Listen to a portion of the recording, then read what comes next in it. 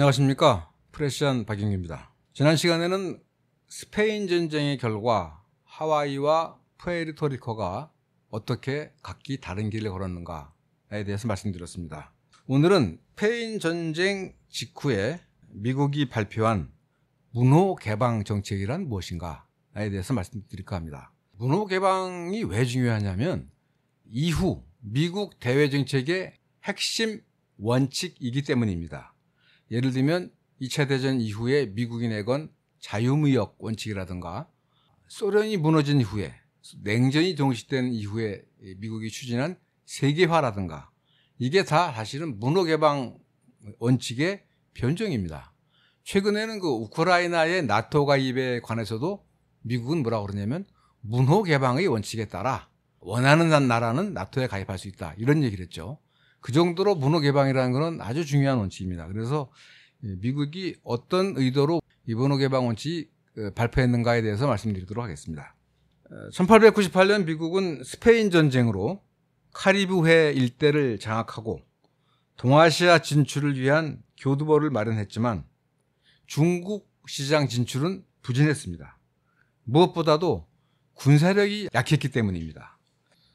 1889년 사모아 문제로 독일과 전쟁 일보 직전까지 간 적이 있는데 당시 미군의 해군력은 세계 12위였다고 합니다. 터키, 중국보다도 못했습니다.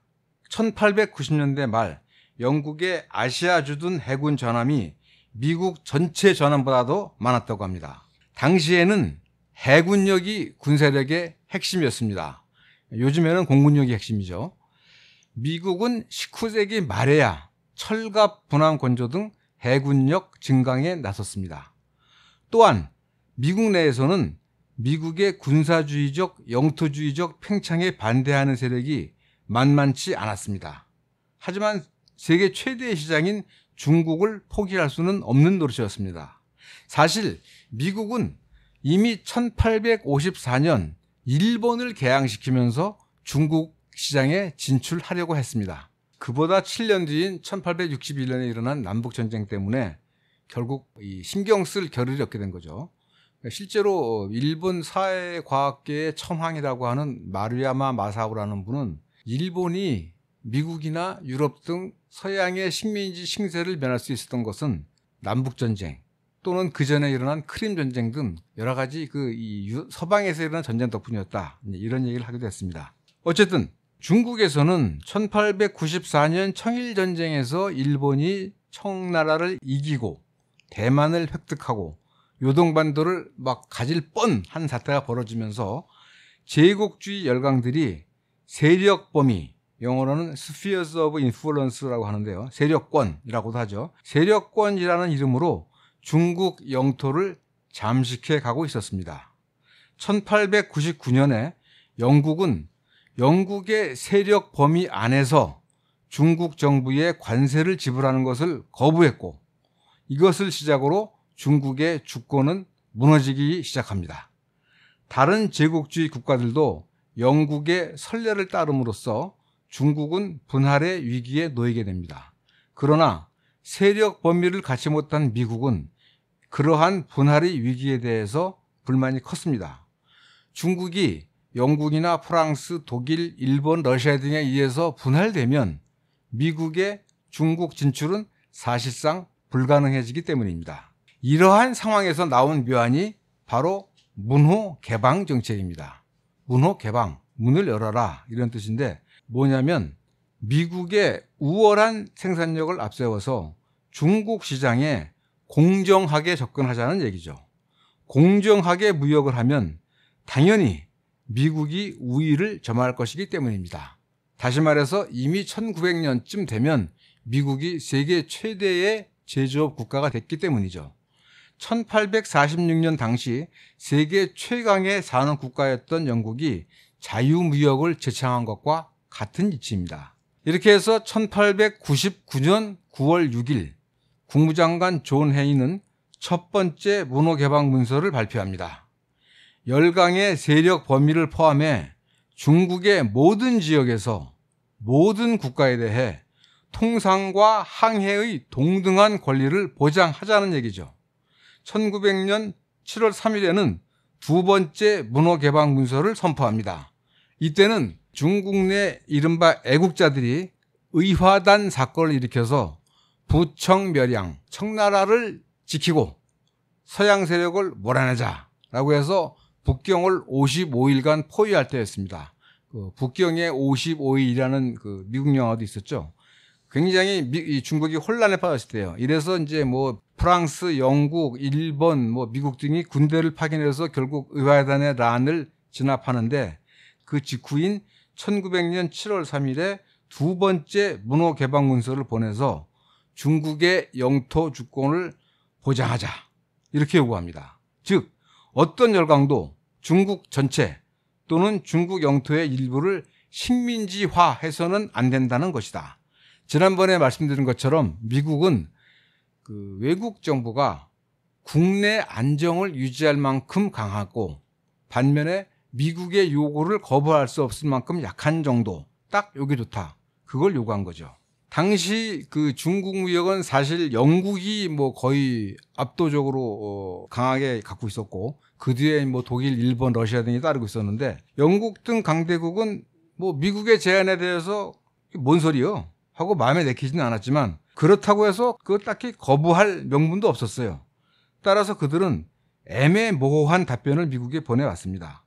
일본만이 분명히 반대했을 뿐입니다. 존 헤이는 모든 강대국이 미국의 제안을 수락하였다라고 일방적으로 선포했습니다. 그러니까 미국의 요구가 관철됐다라고 그냥 일방적으로 선언한 거죠. 그러나 사실 따지고 보면 문호개방 원칙은 2차 대전이 끝날 때까지는 그저 하나의 선언에 불과했습니다. 당시 미국의 군사력으로는 문호개방 원칙을 강제할 수도 없었고 또한 시베리아 횡단철도를 완성하면서 연해주로 뻗어오는 러시아의 동진을 막아야 했기 때문입니다. 그 결과 미국은 같은 해양 세력인 영국, 일본과 제국주의 컨소시엄을 구성해서 중국을 공동 경영하기로 합니다. 1902년 영국은 일본과 동맹을 맺고 러시아를 견제하기 시작합니다. 이 영일동맹이라고 하는데요. 이 영일동맹은 영국이 19세기 이후 외국과 맺은 최초의 동맹입니다. 그 정도로 러시아의 위협이 컸다는 얘기죠. 그리고 1904년 러일 전쟁 때는 영국과 미국이 일본의 군자금을 대주고 또 미국이 러시아와 일본의 평화조약을 중재합니다. 포츠머스 조약이 그거죠.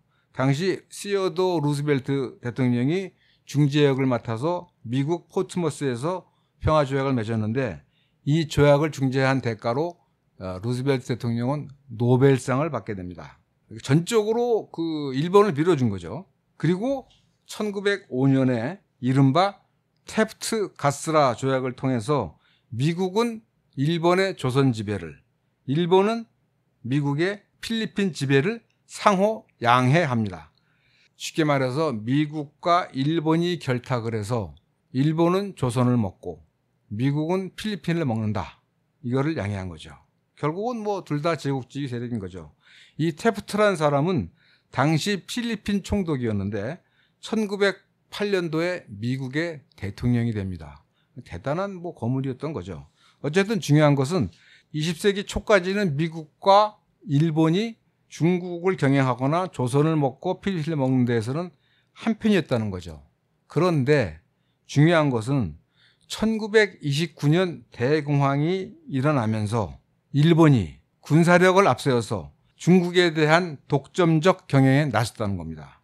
1931년에 만주사변을 일으켜서 만주국을 세웠고 1937년에는 중일전쟁을 일으켜서 중국 본토에 대한 공격에 나섭니다.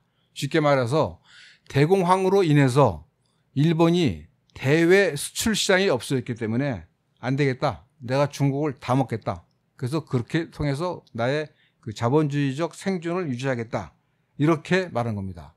이것은 쉽게 말하면 이게 평화적으로는 중국에 대한 문호 개방이 안 되는 거구나 라는 게 드러난 것이죠. 결국 중국 시장을 둘러싼 미국과 일본 간의 갈등은 1941년 일본의 진주만 기습으로 태평양 전쟁으로 이어지고 결국 일본의 패망으로 끝나는 것입니다. 아마도 이 일본이 중국에 대해서 1931년 이후 군사력에 의한 중국 공략을 보면서 미국으로서는 이 군사력이 없으면 세계 시장을 장악한다는 게 쉽지 않구나. 아마 이것을 느꼈을 겁니다.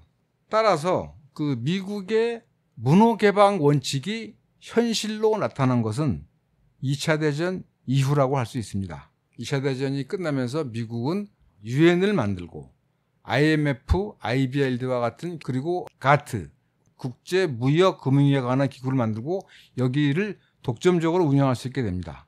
그래서 이 자유무역을 외치는 거죠.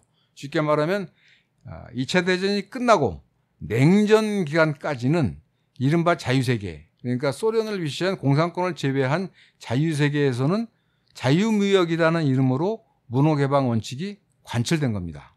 그리고 냉전 이후에는 1990년대부터는 전 세계가 미국의 자본에 문호개방됩니다.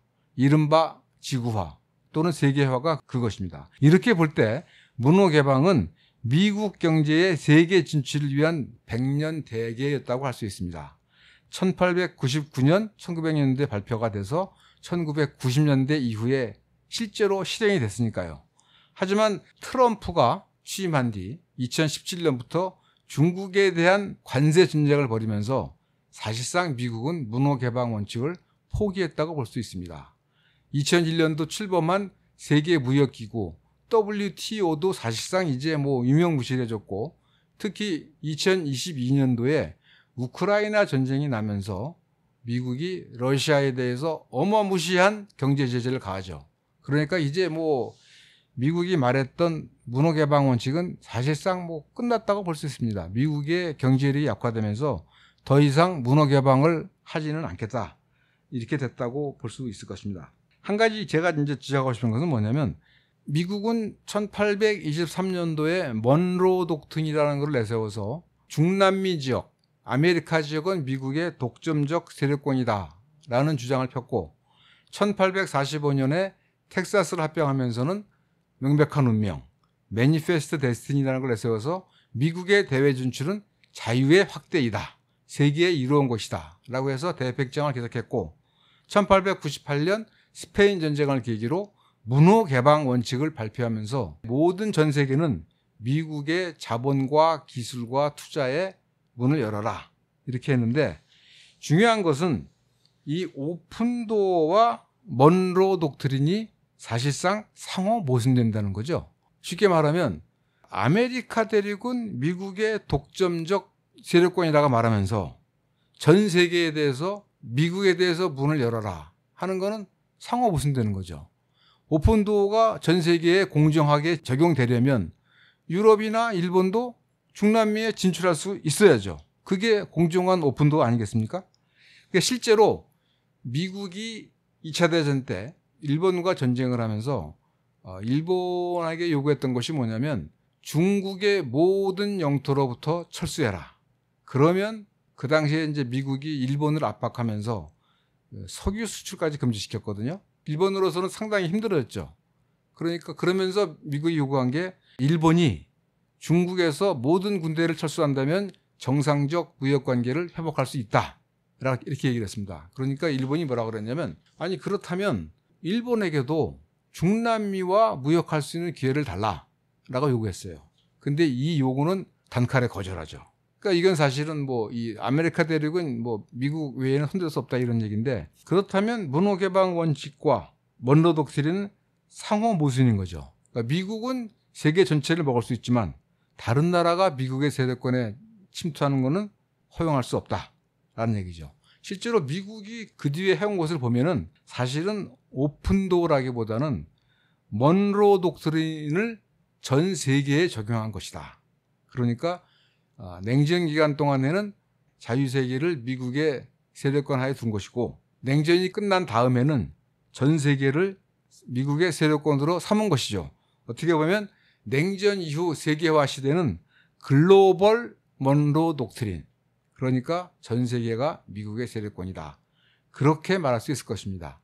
쉽게 말하면 미국은 다른 나라의 세력권, 러시아가 됐건 중국이 됐건 지역 패권을 용납할 수 없다는 게 미국의 기본적 원칙이었고, 최근에 들어와서 글로벌 나토라고 해서 일본이나 한국까지 나토에 집어넣으려고 하는 것은 미국이 지배하고 있는 나토의 군사력을 앞세워서 전 세계를 미국의 세력권 안으로 계속 유지하겠다는 것인데, 과연 지금 우크라이나 전쟁에서 그것이 가능할 것인가? 그것은 두고 봐야 될 것입니다. 아마도 지금까지 진행되어 온 것으로 보아서는 전 세계가 미국의 영향권 아래에 남는다는 것은 쉽지 않을 것입니다.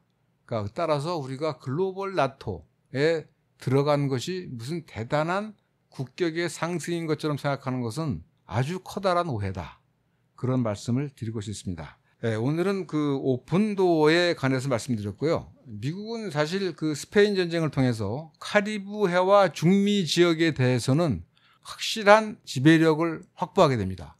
그리고 이때부터 미국은 해군력을 강화하면서 파나마 지역에 운하를 내고, 그러면서 카리브해 지역과 중미 지역 국가에 대해서 이 차관과 투자 등을 통해서 경제적 지배를 강화해 나갑니다.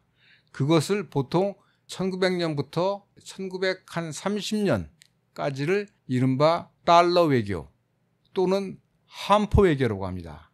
달러를 꿔주고 그것을 비밀로 그 나라를 경제적으로 지배하면서 미국의 요구를 듣지 않으면 군함을 동원해서 또는 군대를 동원해서 그 나라를 점령하고 자신의 경제적 이익을 관철해 나가는 것입니다. 이게 다시 말하면 달러 외교 또는 함포 외교라고 하는데, 다음 시간에는 1900년대부터 대략 한 30년간 진행됐던, 특히 아메리카 대륙을 중심으로 진행됐던 미국의 달러 외교, 함포 외교에 대해서 말씀드리도록 하겠습니다. 지금까지 들어주셔서 감사합니다.